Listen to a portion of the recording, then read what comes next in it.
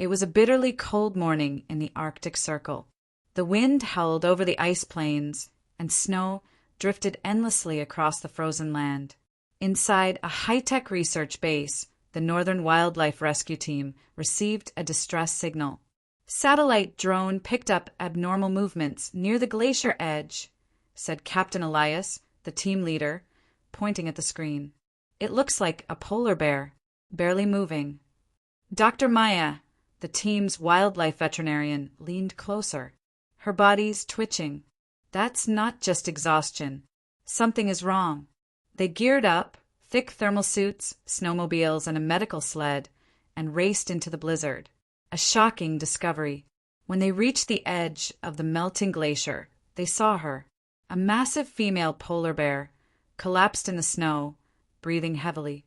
Her fur, once white and regal, was now filthy and patchy. As they got closer, the horror became clear. Her body was covered in millions of leeches, thick and black, clinging to her legs, belly, and even her face. Slithering worms poked out from beneath her skin. Parasites moved like shadows beneath her fur, creating bulging, infected lumps. Dr. Maya gasped. She's being eaten alive. The bear let out a soft, pained growl.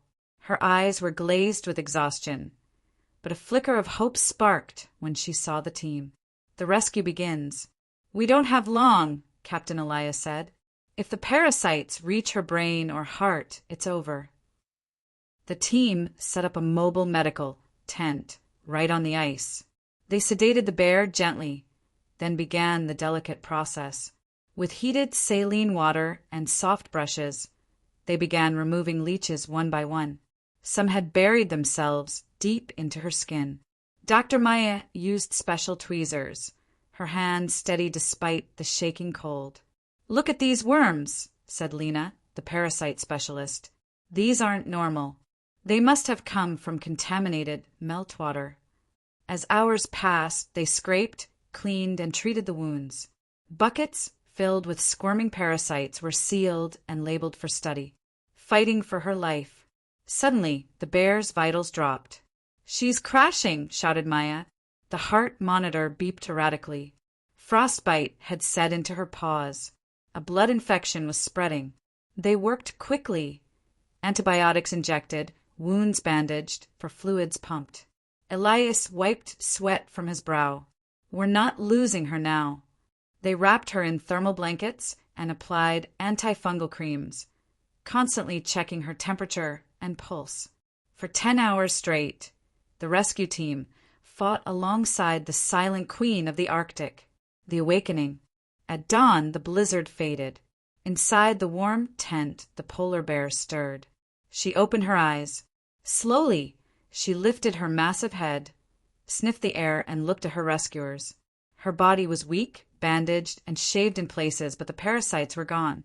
The team smiled, tears forming in tired eyes. She made it, whispered Dr. Maya. They named her Aurora, after the northern lights. For the next few days, they cared for her, feeding her nutrient-rich fish and monitoring her recovery. The return to freedom. A week later, they placed a lightweight tracking collar around Aurora's neck and opened the gates of the medical sled. She stepped into the snow, slowly, shakily. Then she paused, turned back, and looked at the team. For a moment, time froze. In that glance was gratitude, survival, and strength. Then she trudged forward, step by step, disappearing into the glowing pink horizon of the Arctic dawn. Epilogue, a message in the ice. Back at base, the team reviewed their notes. The worms and parasites were new, dangerous, possibly linked to warming ice and polluted meltwaters. We saved Aurora, said Elias, but how many more are suffering in silence? Dr. Maya nodded. This isn't just a rescue. It's a warning. And so their mission continued, to protect those who could not speak in the harshest corners of the world, where the ice was melting and life still fought to survive.